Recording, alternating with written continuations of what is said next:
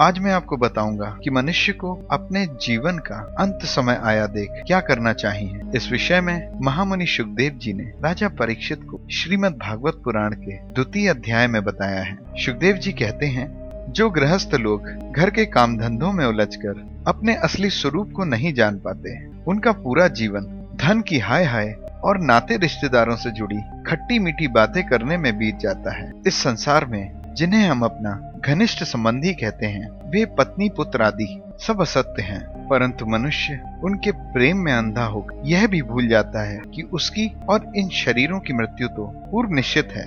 हे परीक्षित, जो मनुष्य ईश्वर को पाना चाहता है, उसे सबकी आत्मा और सबसे शक्तिशाली भगवान श्री कृष्ण की लीलाओं को कहने और सुनने में ध्यान लगाना चाहिए। इस मनुष्य जीवन का बस इतना ही लाभ है कि चाहे भगवान की लीला कथा सुनने, विचार करने या जैसे भी हो, मनुष्य को मृत्यु के समय भगवान की याद अवश्य बनी रहे। हे परीक्षित, मुझे निर्गुण रूप परमात्मा से अत्यधिक प्रेम है, फिर भी सगुण रूप भगवान श्री कृष्ण की लीलाएं मेरा मन मोह लेती हैं, और यही कारण है कि मैंने श्रीमद् भागवत पुराण का अध्ययन किया। क्योंकि जो मनुष्य श्रीमद् भागवत पुराण में श्रद्धा रखते हैं, उनका मन स्वतः ही भगवान श्री कृष्ण में रम जाता है। जो लोग कलयुग में भगवान की भक्ति से मुंह मोड़ लेते हैं, उनकी वर्षों लंबी आयु भी अनजाने में बीत जाती है। हे परीक्षित, अभी तो तुम्हारे जीवन के 7 दिन शेष बचे हैं, और श्रीमद् भागवत पुराण ही एकमात्र ऐसा साधन है जो इन 7 दिनों में भी भगवान की प्राप्ति करा सकता है। मृत्यु का समय समीप आने पर मनुष्य को बिना घबराए वैराग्य धारण करके शरीर और उसके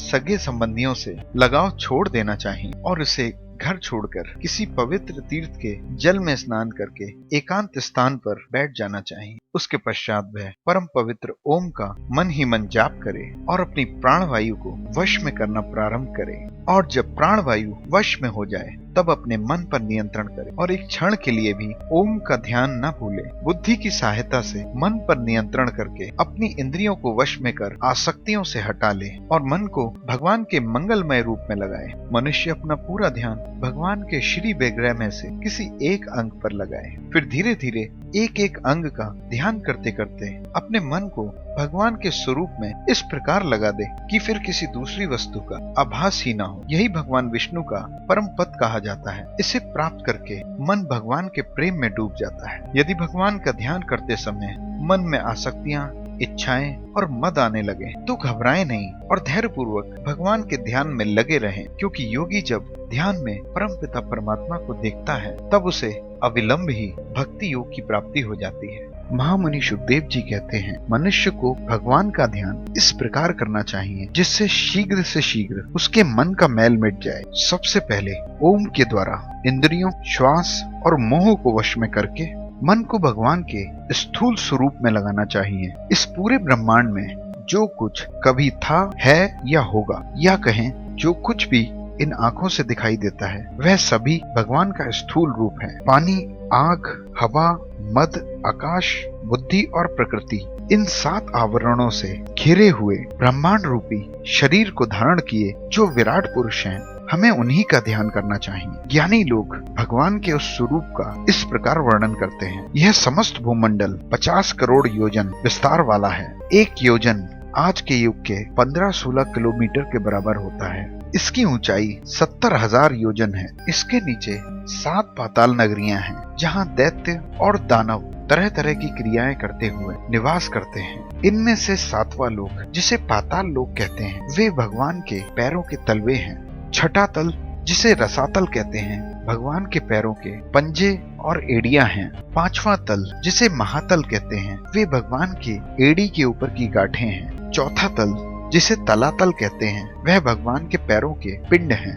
तीसरा तल, जो भगवान के दोनों घुटने हैं, उसे सुतल कहते हैं। दूसरा और पहला तल, वितल और अतल, भगवान की जांघें हैं। यह धरती जिस पर हम निवास करते हैं, भगवान के पेट का निचला हिस्सा है, और भगवान के नाभि रूप सरोवर को ही आकाश कहते हैं। भगवान की छाती को स्वर्गलोक, गले को महरलोक, जो कि देवताओं का निवास स्थान है, मुख को जनलोक कहते हैं। भगवान के तेज या ललाट को तपोलोक, भगवान के सैकड़ों सिरों का मस्तक स्वरूप सत्यलोक कहलाता है। इंद्र आदि देवता भगवान की भुजाएं हैं। चारों दिशाएं भगवान के कान और शब्द श्रवण इंद्रियां हैं। सूर्य के पुत्र अश्विनी कुमार, जो कि चिकित्सा एवं उपचार के देवता माने गए हैं, वे ही विराट भगवान के नासिका के छिद्र हैं। गंध को भगवान की सूंघने की इंद्रियां और धधकती हुई आंख को भगवान का मुख बताया गया है। अंतरिक्ष को भगवान के नेत्र और सूर्य उनके देखने की शक्ति है। भगवान की दोनों पलकें रात और दिन, उनकी भौहों से प्रकट होने वाली भाव भंगिमा को ब्रह्मा जी का निवास स्थान ब्रह्मलोक बताया गया है। भगवान के मुख के भीतर ऊपर का भाग, जिसे तालु कहते हैं, सृष्टि में जल के रूप में बह रहा है और सभी प्रकार के रस भगवान की जीभ है। मस्तक के भीतर का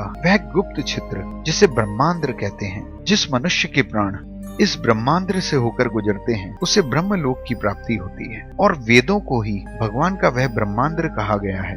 भगवान की दाढ़ों को धर्म और मूल स्वरूप यम बताया गया है, जिससे मन मजबूत और पवित्र होता है। सब प्रकार के स्नेह, दांत और इस सारे जगत को मोहने वाली माया विराट भगवान की मुस्कान है, और यह अनंत सृष्टि ही उस माया का विस्तार है। भगवान के ऊपर के होंठ को लज्जा और नीचे के होंठ को लोभ बताया गया है। ब्रह्मा जी के 10 पुत्र, जिन्हें प्रजापति कहा जाता है, उन वैदिक देवताओं को भगवान के विराट स्वरूप का मुतेंद्रिय माना गया है। विराट भगवान के स्तन को धर्म और पीठ को अधर्म माना गया है। कश्यप ऋषि के दोनों पुत्र मित्र और वरुण, जो इस सारी सृष्टि पर बहने वाले जल के एकमात्र शासक हैं, वे ही विराट भगवान के अंडकोश कहे गए हैं। समुद्र कोख और बड़े बड़े पर्वत विराट पुरुष की हड्डियां हैं। नदियों को विराट पुरुष की नाड़ियां, वृक्षों को रोम और वायु को श्वास बताया गया है। समस्त जीवों को वश में रखने वाला काल विराट भगवान की चाल है, और गुणों का चक्कर चलाते रहना ही विराट भगवान का कर्म है। बादलों को केश और संध्या को विराट भगवान के वस्त्र बताए गए हैं। विराट भगवान का हृदय वह अव्यक्त मूल प्रकृति है, जो कि किसी से